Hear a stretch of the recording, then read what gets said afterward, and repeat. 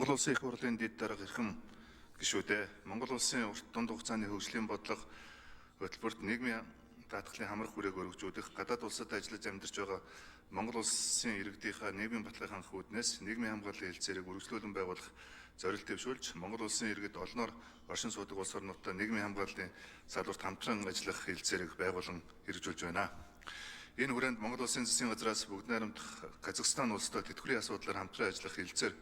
байгуулах хэлцээрийг 2018 оноос эхлүүлж улмаар Монгол Улсын засгийн газар болон бүгд найрамдах Казахстан улсын засгийн газар хоорондын тэтгэврийн асуудлаар хамтран ажиллах тухай хэлцээрт 2024 оны 10 дугаар сарын 29-ний өдөр гарын үсэг зурсан.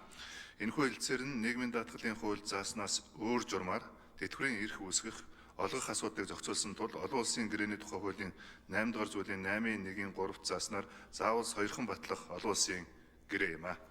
Монгол Улсын засгийн газар болон бүгд найрамдах Казахстан улсын засгийн газар хоорондын тэтгэврийн асуудлаар хамтран ажиллах тухай хэлцээрийг сойрхон батлах хуулийн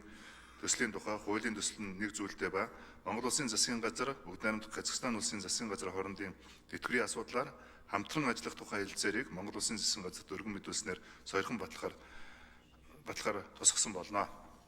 Гадаад харилцааны яамны мэдээлэлээр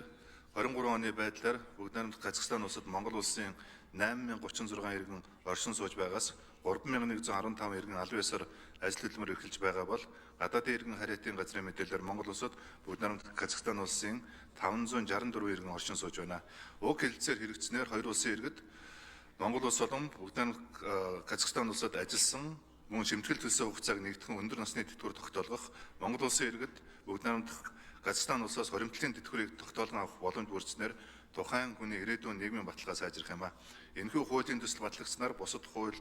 нэмэлт өөрчлөлт оруулах шаардлагагүй бөгөөд олон улсын болон нийгмийн даатгалын сангийн төсөвт нэмэлт хөрөнгийн их усүр шаардлагагүй болно. Улсын их хурлын дэд дарга, улсын их хурлын эрхэм гишүүдээ Монгол Улсын засгийн газар болон бүгд найрамдах Казахстан